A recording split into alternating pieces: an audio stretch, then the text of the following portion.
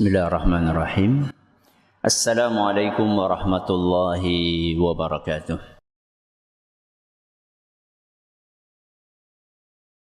Alhamdulillahi rabbil alamin. Wa bihi nasta'inu ala umurid dunya waddin. Wa sallallahu ala nabiyyina wa sayyidina Muhammadin wa ala alihi wa sahbihi ajma'in. Amma ba'd. Kita panjatkan puja dan puji syukur kehadirat Allah Subhanahu wa taala. Pada kesempatan pagi yang berbahagia kali ini, tanggal 16 Rabiul Awal 1446 Hijriah, atau yang bertepatan dengan tanggal 20 September 2024, kita masih kembali diberi kekuatan, kesehatan, hidayah serta taufik dari Allah Jalla wa'ala, sehingga kita bisa kembali menghadiri pengajian rutin Jumat pagi di Masjid Agung Darussalam Purbalingga. Kita berharap semoga Allah Subhanahu wa taala berkenan untuk melimpahkan kepada kita semuanya ilmu yang bermanfaat, sehingga bisa kita amalkan sebagai bekal untuk menghadap kepada Allah Jalla wa'ala. Allahumma amin. Salawat dan salam semoga senantiasa tercurahkan kepada junjungan kita Nabi Agung Muhammad sallallahu alaihi wasallam, kepada keluarganya, sahabatnya, dan umatnya yang setia mengikuti tuntunannya hingga hari akhir nanti. Para hadirin dan hadirat sekalian, dan juga segenap pendengar serta pemirsa rahimani wa rahimakumullah. Manusia ketika diciptakan oleh Allah Azza wa Jalla, Allah menciptakannya terdiri dari dua bagian. Terdiri dari dua unsur. Yang pertama adalah jasmani. Yang kedua adalah rohani. Jasmani sama apa? Rohani. Dan orang yang sehat jasmani dan rohaninya, maka dia akan menjalani kehidupan ini dengan nyaman dan bahagia. Tapi begitu salah satunya sakit, apanya? Jasmaninya atau rohaninya, maka dia akan terganggu kenyamanan hidupnya. Apalagi kalau dua-duanya sakit. Apanya dan apanya? Jasmaninya sakit, rohaninya juga sakit.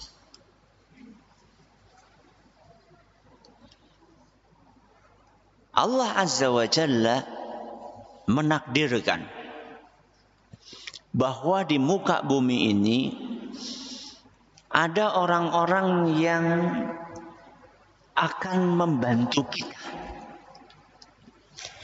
untuk menjaga kesehatan jasmani dan menjaga kesehatan rohani.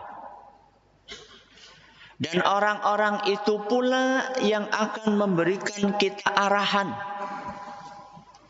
Ketika jasmani kita sakit, apa yang mesti dilakukan?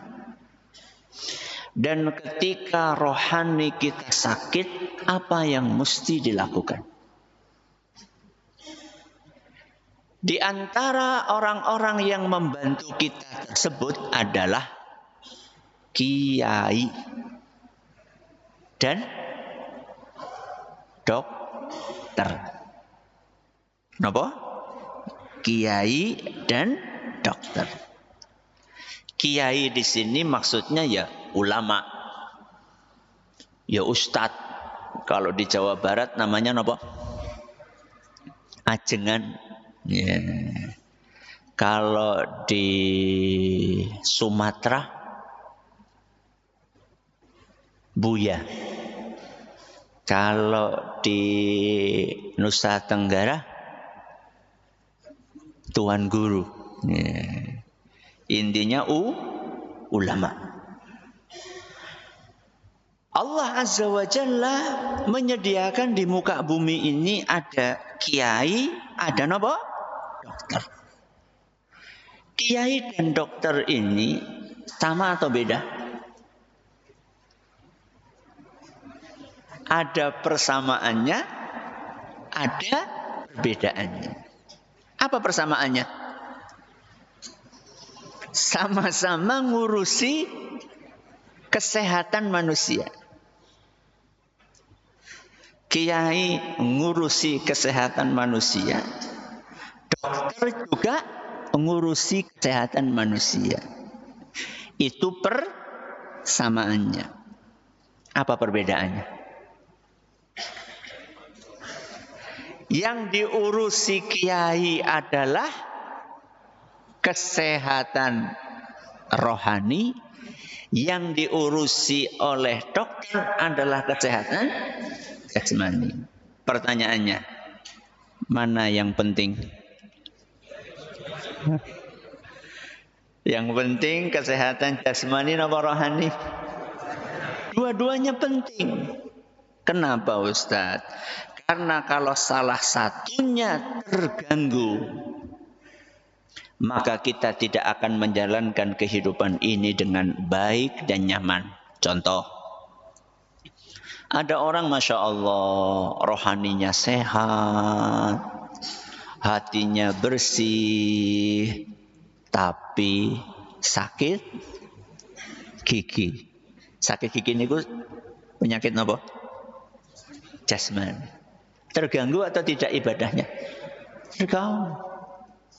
Yang biasanya maca Quran kita tahan tuwe nembe adalah wis senut akhirnya mandek. Itu kalau rohaninya sehat, jasmaninya sakit. Kebalikannya, ada orang Masya Allah jasmaninya sehat, tapi rohaninya sakit. Orang yang seperti ini bahaya. Apa bahayanya? Korupsi orang rasa dosa. Ada orang yang korupsi tapi biasa-biasa saja. Ada enggak? Banyak. Orang izin. Itu berarti yang sakit apanya? Rohaninya. Ketika orang sudah kehilangan perasaan malu, melakukan keburukan, tidak punya perasaan malu, itu berarti rohaninya sedang sakit. Berarti pekerjaannya kiai penting, pekerjaannya dokter juga penting. Tapi jamaah yang kami hormati, anehnya, ya sekarang kita masuk ke inti pembahasan kita. Anehnya masyarakat kita, banyak di antara mereka pilih kasih. Kenapa? Pilih kasih. Tidak proporsional, tidak adil di dalam menyikapi kiai atau menyikapi dokter. Terdapat ketimpangan sikap di dalam masyarakat kita, di dalam menyikapi kiai dan menyikapi dokter, serta menyikapi urusan-urusan yang ditangani oleh kiai dan dokter, yaitu kesehatan jasmani dan rohani. Apa buktinya Ustadz? Terjadi ketimpangan itu, saya bawakan sekurang-kurangnya berapa? 2 bukti. Bukti yang pertama, banyak masyarakat yang sangat selektif memilih dokter, tapi kurang selektif memilih kiai. Apa yang pertama? Banyak orang selektif memilih memilih dokter, tapi kurang selektif memilih kiai. Selektif siapa? Teliti apa maning? Hati-hati apa maning? Jeli. Ya. Ketika urusan penyakit jasmani, ya, yang biasa diurusi sama siapa? Dokter. Wah, hati-hati Nepal. Ya. Jadi kalau mau pergi ke dokter, selektifnya Masya Allah. Tanya sana, tanya sini, survei sana, survei sini. Kalau itu punya layanan di online, dilihat bintangnya berapa. Ya, bintang 4 apa bintang? 7, orang bintang 7. Pol itu bintang berapa? 5, ratingnya itu loh. Ya. Kalau bintang 1, was, nggak masuk apa? Nominasi itu sudah, tinggalkan. Mau pergi ke dokter tanya dulu, Pak, priwe tahu nganah? Tahu priwe dokternya? Ya kayak lah, ora sida. Ya. Tapi begitu tanya gimana Bu, dokter sana, wah jos, langsung apa? Mangkat, selektif. Termasuk kadang-kadang dalam satu spesialis, ya, sama-sama dokter apa misalnya? Sama-sama dokter dalam misalnya, atau sama-sama dokter kandungan misalnya, atau sama-sama dokter gigi misalnya, itu akan dibanding-bandingkan. Ya. Seorang ibu yang mau melahirkan nanya, mau lahiran di mana Bu? Dokternya siapa? Nek dokter anu kepriwe? Wah kita judes aja. Nek dokter anu kepriwe? Wah kita top. Ya. Padahal satu apa? Spesialis. Ya. Dilihat siapa yang lebih berpengalaman, siapa yang lebih sabar, siapa yang lebih bayarannya. Nah, gue yang paling penting. Wah, sangat selektif kalau urusan apa? Penyakit jasmani dan memilih dokter. Tapi apakah itu yang mereka lakukan ketika mereka akan belajar agama? Ketika mereka akan mengundang seseorang untuk ngisi pengajian, apakah itu yang dilakukan ketika dia mau konsultasi urusan agama? Apakah seselektif itu dia dalam memilih kiai? Jawabannya, banyak di antara orang yang senemune. Apa senemune? Asal-asalan. Ya. Asal-asalan itu bagaimana Ustadz? Ya enggak ngelihat backgroundnya bagaimana. Orang itu bisa menjadi ulama, ujuk-ujuk lahir cepat jadi ulama, atau ada prosesnya? Ada prosesnya. Itu yang namanya background keilmuan. Napa? Background keilmuan. Latar belakang keilmuannya bagaimana? Dia itu belajar sama siapa? Belajar sama ulama siapa? Di pondok mana? Di kampus mana? Sudah menyelesaikan kitab apa saja? Ini namanya background. Ketika kita akan belajar ilmu agama, ketika kita akan konsultasi masalah agama, ketika kita akan mengundang seseorang mengisi pengajian, maka perlu dilihat background-nya. Jadi tidak ujuk-ujuk seorang muncul jadi apa? Kiai, enggak. Kan sekarang banyak artis tobat langsung jadi apa? Ustadz. Wonten kata. Wong kadang-kadang membaca Al-Quran saja belum bisa. Kenapa? Membaca Al-Quran saja belum bisa. Apalagi menafsirkannya. Wah, itu lebih berat mana? Membaca atau menafsirkan? Menafsirkan. Wong membacanya saja belum bisa. Kok diberi kesempatan untuk mengajarkan Al-Quran dan menafsirkan Al-Quran? Kisi kepriwe. Coba sekarang saya tanya sama jenengan. Ada orang baru semester 1 fakultas kedokteran. Baru apa? Semester 1 fakultas kedokteran. Jangan mau diperiksa sama dia. Kok sepi? Mau enggak? Enggak mau. Mbok? Alah. Betul? Bukan salah. Kudune dicabut malah ditambal. Kudune ditambal malah dicabut. Mau? Enggak.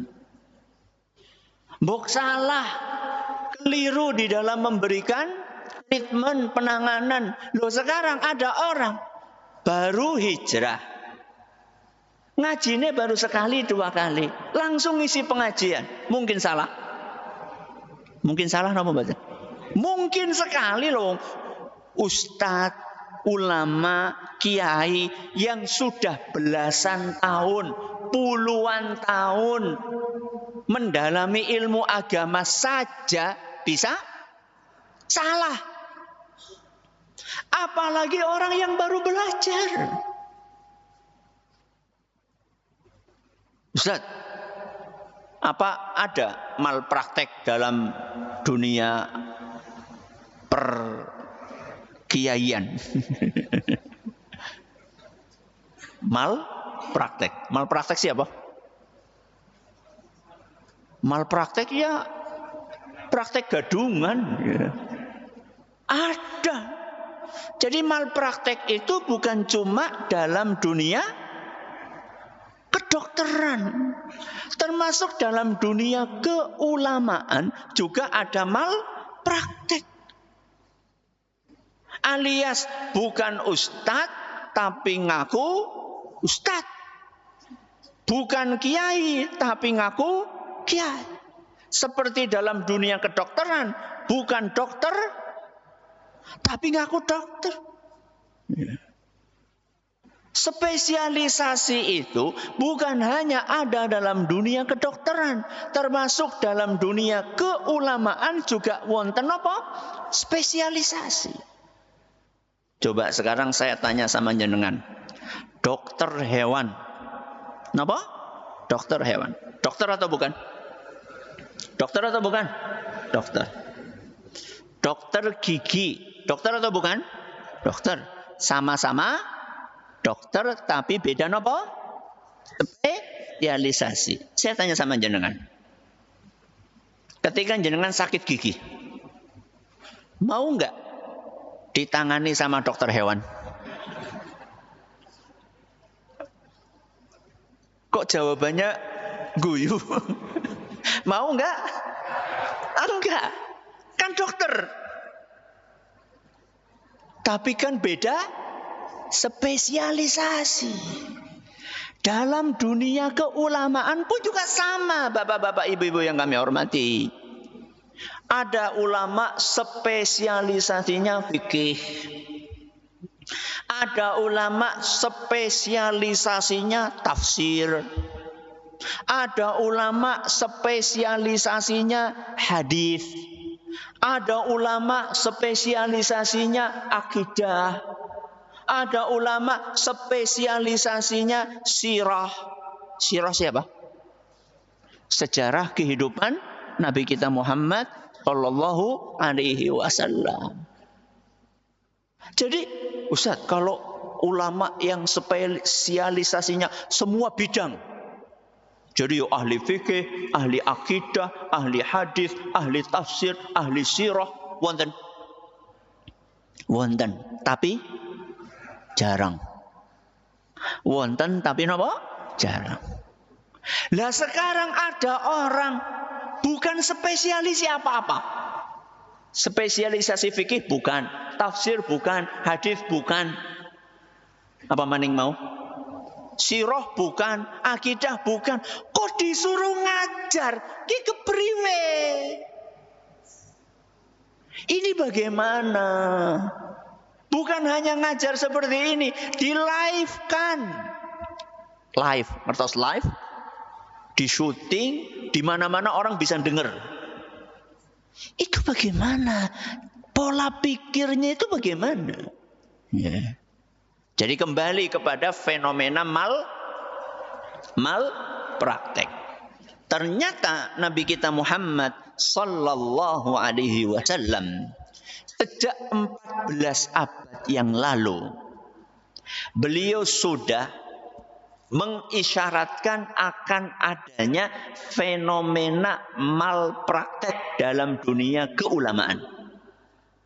Sebagaimana yang beliau sabdakan dalam sebuah hadis yang diriwayatkan oleh Imam Bukhari dan Muslim, di mana Nabi kita sallallahu alaihi wasallam bersabda, "Innallaha la yaqbidul ilma intiza'an yantazi'uhu minal ibad." Sesungguhnya Allah Subhanahu wa taala ketika ingin mencabut ilmu dari muka bumi, maka Allah bukan mencabutnya dengan cara dicabut dari para ulama, dari para manusia. Jadi ada orang punya ilmu, Allah pengen nyabut ilmu itu bukan dengan cara ilmune sing dicabut. Misal nih, ada seorang menguasai ilmu fikih, Allah pengen cabut ilmu itu, terus fikih jadi mabur gitu. Jadi lepas, bisa dilihat. Enggak, bukan seperti itu caranya. Terus bagaimana caranya? Walakin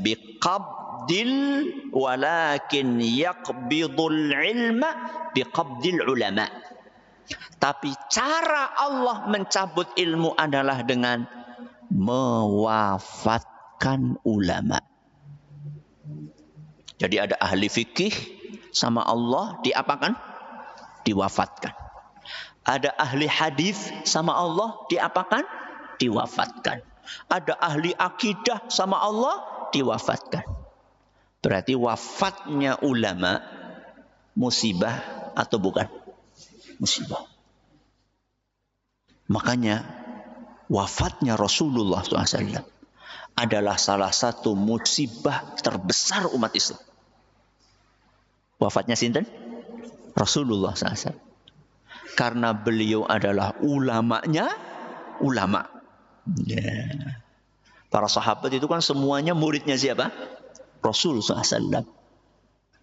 Para tabi'in semuanya murid para sahabat. Para tabi'ut tabi'in semuanya muridnya tabi'in. Ketika manusia-manusia istimewa ini meninggal dunia, itu musibah sedang menimpa umat Islam. Jadi wafatnya ulama, wafatnya ustadz, wafatnya kiai, wafatnya tuan guru, ajengan, buya, itu adalah musibah besar buat umat Islam. Terus apa kata Nabi SAW? Hatta idza lam yubqi aliman ittakhadhan nasu ru'usan juhala. Ketika ulama A wafat, B wafat, C wafat, semua ulama wafat, tidak tersisa satupun. Maka saat itu apa yang terjadi? Orang-orang akan mencari panutan, mencari rujukan. Ulamanya sudah tidak ada. Akhirnya yang dijadikan rujukan siapa? Ya yang bukan ulama. Berarti maaf, orang-orang bodoh. Sinten? Orang-orang bodoh. Karena ulamanya sudah tidak ada. Akhirnya orang-orang pada mencari rujukan. Rujukannya sudah tidak ada. Wong sudah meninggal kok. Terus bagaimana? Yang dicari adalah orang-orang bodoh yang dijadikan sebagai rujukan. Fasu'ilu fa'aftau bighairi ilmin. Orang-orang yang tidak layak dijadikan rujukan tersebut, mereka ditanya sama para pengikutnya. Apa hukumnya A, apa hukumnya B, apa hukumnya C. Mereka pada belajar kepada orang-orang tersebut. Karena mereka nggak punya ilmu, maka mereka menjawab tanpa ilmu. Apa yang terjadi? Fadhallu wa adallu. Orang-orang tadi tersesat dan menyesatkan para pengikutnya. Ini adalah fenomena malpraktek. Berarti sebagai seorang muslim, ketika kita akan ngaji, ketika kita akan belajar ilmu agama, ketika kita akan minta fatwa, harus selektif. Inna hadzal ilma dinun fanzuru amman ta'khuduna minhu dinakum. Kata para ulama kita, ilmu ini adalah bagian dari agama. Maka hendaklah kita selektif dari siapa kita belajar agama kita. Ini adalah fenomena pertama yang ada di masyarakat kita. Apa? Sangat selektif dalam memilih dokter, tapi nopo? Kurang selektif di dalam mencari kiai. Fenomena yang kedua. Apa itu? Sangat responsif ketika sakit jasmani. Tapi biasa saja ketika sakit rohani. Kita ulangi, apa yang kedua? Sangat responsif ketika sakit jasmani dan biasa saja ketika sakit rohani. Responsif siapa? Responsif sinopo? Cepet banget tanggape. Cepet tanggap. Cepet ngerasa. Dan itu realita yang ada di masyarakat kita. Kalau yang sakit jasmaninya cepet banget. Golek apa? Kerasa dan golek nyari pengobatan. Itu kalau sakit jasmani. Kalau sakit rohani, sok ora kerasa. Suka tidak merasa kalau dia lagi sakit. Karena tidak merasa, maka dia pun tidak mencari pengobatan dan solusinya. Saya kasih contoh. Sakit apa? Sakit gigi. Kerasa? Kerasa? Kerasa. Ketika bolong 10 apa bolong 1? Kapan kerasanya? Bolong 1 langsung kerasa. Setelah kerasa sakit, dibiarin atau tidak? Enggak. Berusaha. Gimana supaya cepat sembuh? Mulai dari yang paling gampang, pergi kemana? Warung. Ya, nyari apa? Obat yang dijual di warung. Kok belum sembuh? Gimana? Puskesmas. Ya. Kok belum sembuh? Dokter praktek. Ya. Pokoknya gimana caranya supaya sembuh? Itu ketika sakit apanya? Jasmani apa rohani? jasmani. Oke.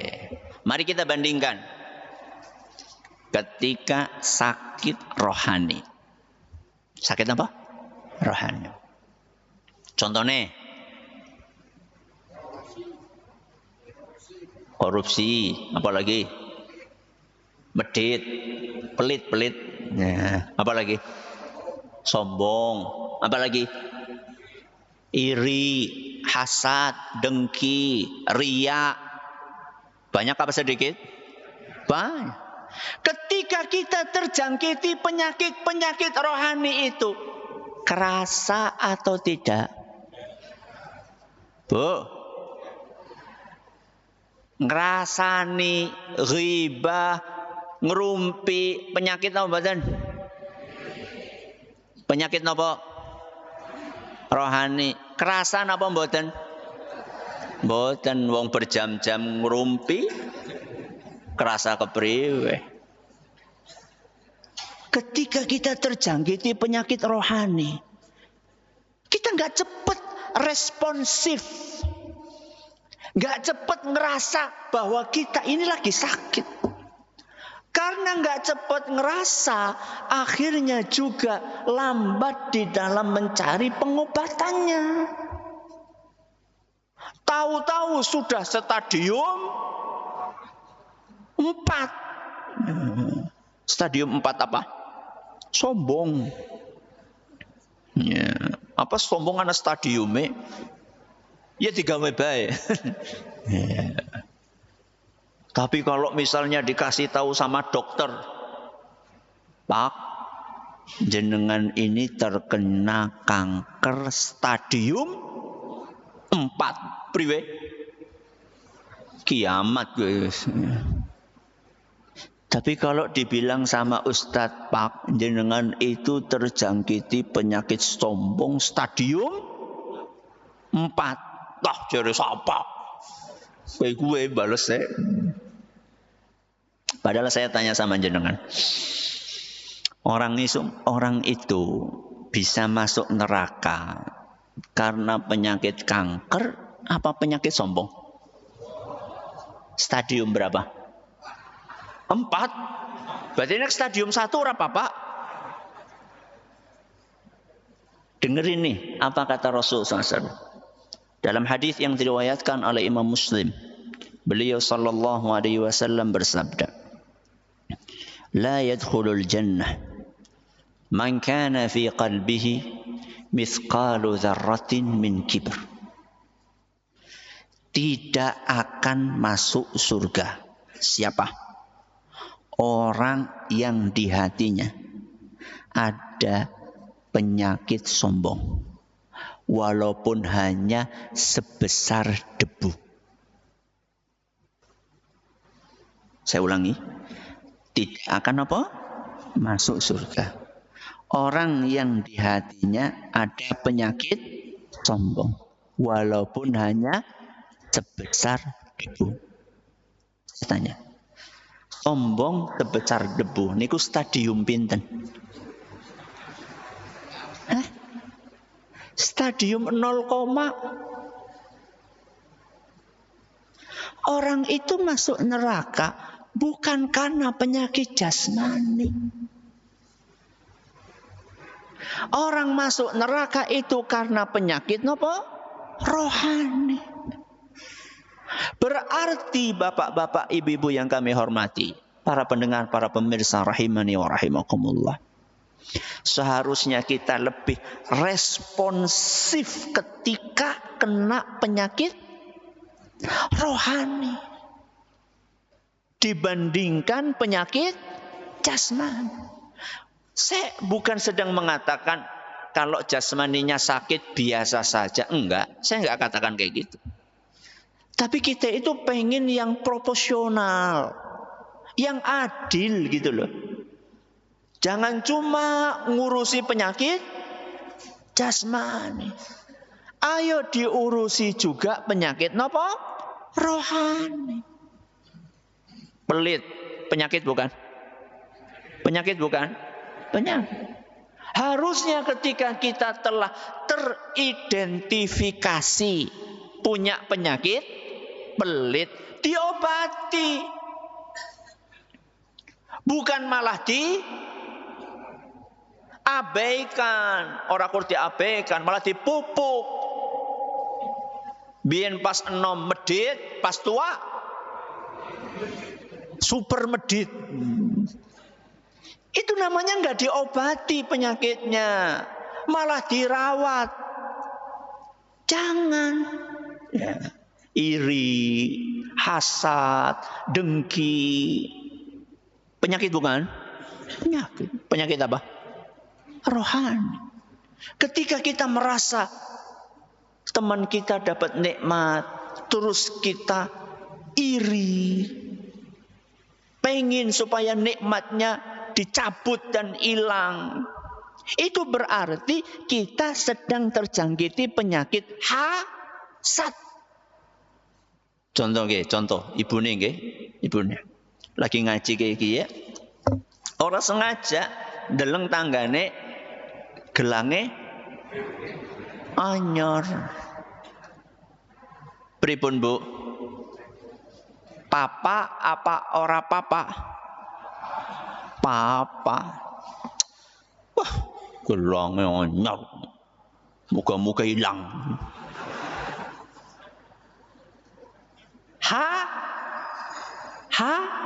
Sat. Ya. Bapak-bapak ketika masuk masjid parkir motor, tahu-tahu sampingnya datang motornya, cc-nya lebih gede, lebih kinclong. Ya. Mulai itu muncul di dalam hati, muka-muka kecelakaan. Hasad. Begitu terjangkiti penyakit tersebut, cepat-cepat berusaha untuk dibuang, diobati. Jangan malah dibiarkan tumbuh berkembang, jangan. Saya belum pernah menemukan ayat atau hadis yang menyebutkan orang masuk neraka gara-gara penyakit apa? Jasmani. Dah Ustaz, kayak nawong bunuh diri. Kenapa? Karena sakit parah nggak sembuh-sembuh terus bunuh diri. Kan itu masuk neraka gara-gara penyakit jasmani Ustaz. Bukan. Dia bunuh dirinya karena tidak sabar. Tidak sabar penyakit apa? Penyakit rohani. Jadi pemicunya saja. Tapi sebenarnya yang membuat dia jadi bunuh diri adalah ketidaksabaran. Dan itu penyakit rohani. Ya. Makanya saya bawakan sebuah ayat di sini. Obrolan antara penghuni surga dengan penghuni apa? Neraka. Jadi ternyata Bapak Ibu yang kami hormati, di akhirat itu akan terjadi obrolan antara penghuni surga dengan penghuni surga. Antara penghuni neraka dengan penghuni neraka. Dan antara penghuni surga dengan penghuni neraka. Berarti berapa macam? 3 macam. Penghuni apa? Surga dengan penghuni surga. Terus?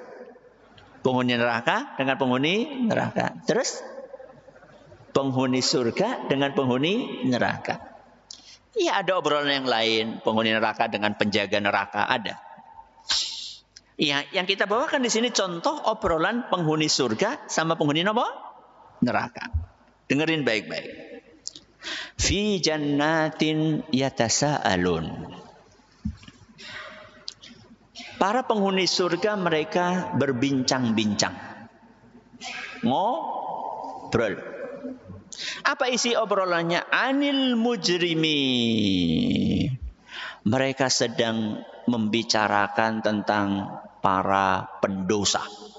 Para ahli maksiat. Orang-orang yang ketika di dunianya bergelimang dengan dosa, maksiat, kejahatan. Apa pertanyaan mereka? Ma salakakum fi saqar. Wahai penghuni neraka. Yang nanya siapa? Penghuni surga. Apa yang membuat kalian masuk ke dalam neraka? Neraka apa namanya? Sakor. Neraka sakor. Itu pertanyaan penghuni surga kepada penghuni neraka. Kalian itu masuk neraka gara-gara apa toh? Apa jawaban mereka? Kalau mereka menjawab. Perhatikan jawaban. 1. Lam naku minal musallin. Dulu kami ketika di dunia tidak sholat. Kenapa? Tidak sholat. 1. Pertanyaannya. Tidak sholat itu penyakit apa? Rohani napa jasmani? Rohani napa jasmani? Wong jasmani ini kuat kok. Gagah dhuwur gede. Pangkat barbel kuat. Melayu kuat. Gowes kuat. Mangkat masjid ra kuat. Kuwi penyakit apa? Rohani. Bukan penyakit jasmani. Masih kuat fisiknya, jasmaninya masih kuat. Tapi enggak sholat karena bebek. Bebek kuwi penyakit apa?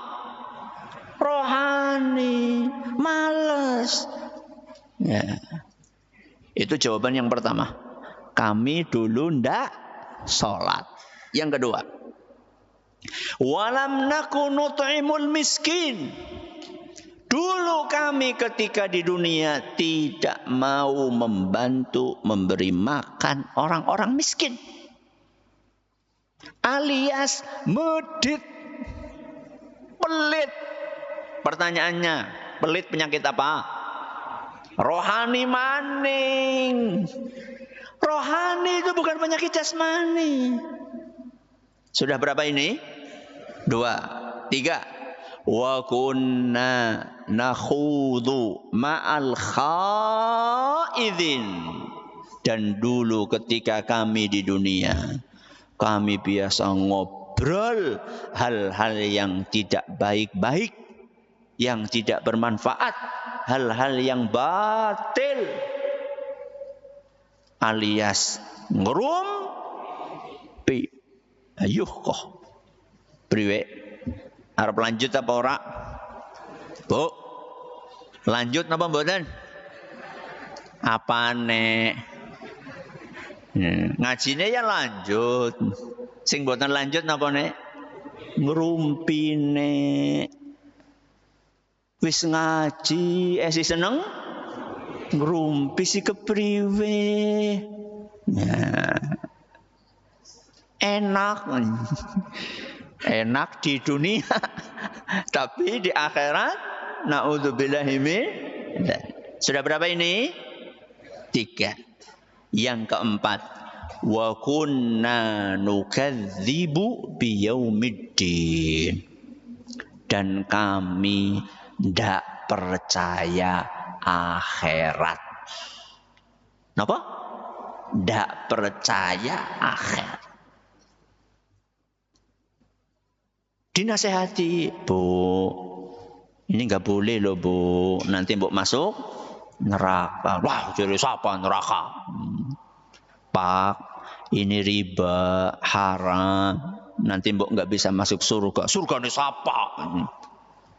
Ada orang kayak gitu?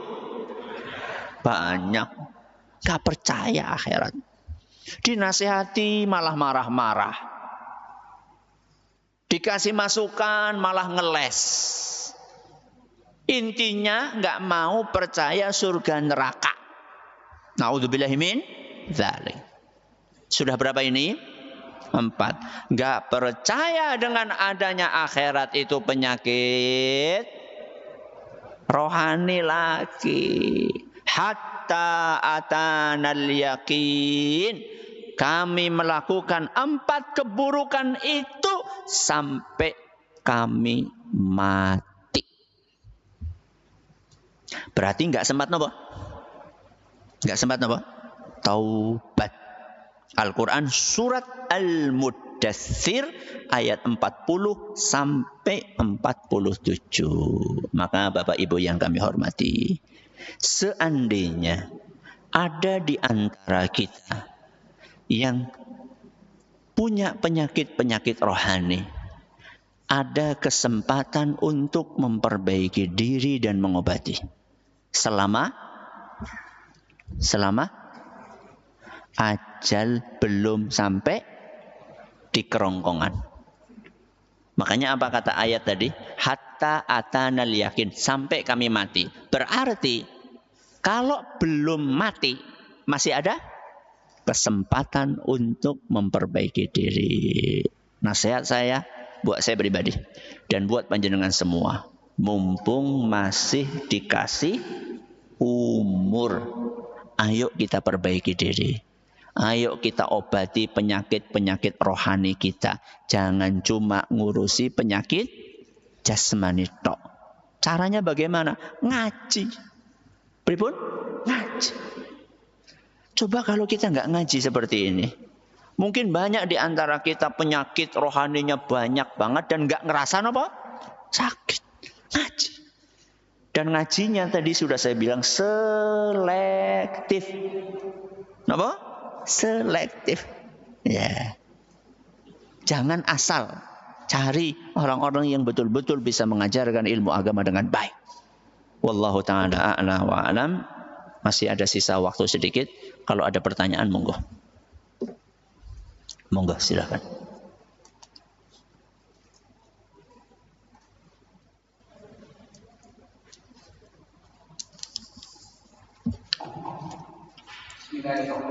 Assalamualaikum warahmatullahi wabarakatuh. Waalaikumsalam warahmatullahi wabarakatuh. Mengajukan pertanyaan, 2 pertanyaan. Pertama, bagaimana cara menjaga kesehatan rohani musibah secara Islami? Kemudian yang kedua, bagaimana cara bersyukur dengan anggota badan? Terima kasih. Assalamualaikum warahmatullahi wabarakatuh. Waalaikumsalam warahmatullahi wabarakatuh. Terima kasih atas pertanyaannya. Yang pertama, bagaimana cara menjaga kesehatan rohani? Dikasih makan. Dikasih apa? Makan. Bagaimana menjaga kesehatan jasmani? Dikasih makan. Jadi yang butuh makan itu enggak cuma jasmani. Rohani juga butuh makan. Saya tanya sama jenengan, perut kita kalau nggak dikasih makan, nopo? Lapar. Dibiarin saja, sakit. Dibiarin terus, mati. Hati kita, rohani kita, butuh makan, butuh. Kalau nggak dikasih makan, lapar. Kalau dibiarin aja, sakit. Dibiarin terus, mati. Jadi ada orang rohaninya mati walaupun jasmaninya masih hidup. Pertanyaannya, apa makanan rohani? 1, ilmu. Apa? Ilmu. Ilmu agama. Di mana dapatnya? Ngaji. Kalau kita kasih perut kita makanan sehari berapa kali? 3 kali. Kita kasih hati dan rohani kita makanan berapa kali? Seminggu sekali. Malah anak sing setahun sekali. Kapan mau pengajiannya? Pas anak rame-rame tok. Nembe ngaji. Enggak. Jamaah yang kami hormati. Kata Imam Ahmad rahimahullah, kebutuhan manusia terhadap ilmu agama lebih besar dibandingkan kebutuhan dia terhadap makan dan minum. Saya ulangi nggih. Kebutuhan manusia terhadap napa? Ilmu agama lebih besar dibandingkan kebutuhan dia terhadap makan dan minum. Saya tanya sama jenengan. Makan dan minum kebutuhan apa? Primer, sekunder, tersier. Kebutuhan apa? Primer. Berarti ilmu agama lebih primer. Percaya? Percaya apa ora? Saya belum jelaskan kalau udah percaya. Kita itu makan sehari berapa kali? 3. Kita butuh ilmu agama sehari berapa kali? Saya tanya, begitu jenengan bangun tidur, yang dicari, yang dibutuhkan apa? Makan. Mana wong tangi turu langsung golek soto. Yang pertama kali dibutuhkan ilmu. Ilmu apa? Ilmu doa bangun tidur. Apa doanya? Alhamdulillahilladzi ahyana ba'dama amatana wa ilaihin nusyur.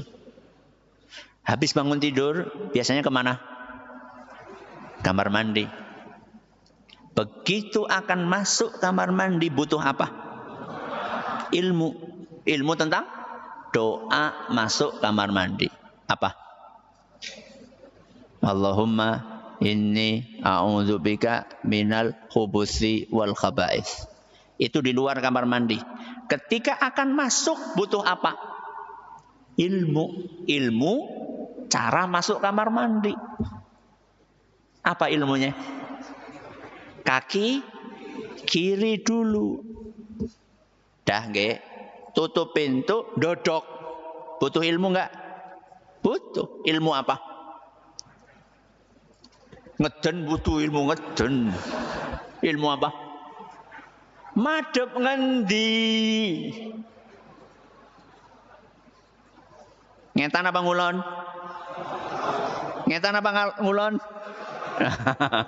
Enggak terjebak ya. Bukan pertanyaannya ke timur atau ke barat, pertanyaannya ke utara atau ke selatan. Tidak menghadap kiblat, tidak membelakangi kiblat. Selesai buang hajat, butuh apa? Ilmu. Ilmu apa? Pakai tangan apa? Nah, coba sekarang. 5 menit bangun tidur sudah berapa ilmu yang kita butuhkan? Urung ngopi, urung ngeteh, urung bakso, urung mangan mendoan, urung. Jadi dalam sehari kita tuh butuh ilmu berapa kali? Nggak terhitung. Berarti kebutuhan manusia terhadap ilmu agama lebih primer daripada kebutuhan dia terhadap makan dan minum. Maka supaya rohani kita sehat, kudu ngaji. Ngaji terus. Ustaz, tapi kan kita nyari pengajian juga nggak mesti ada pengajian terus, Ustaz. Kayak gini sekarang Jumat pagi, nanti kapan lagi malam Kamis, nanti kapan lagi malam Rebo. Kan nggak bisa setiap saat. Kan sekarang kita sudah ada sarana teknologi. Contohnya radio. Gelombangnya pinten?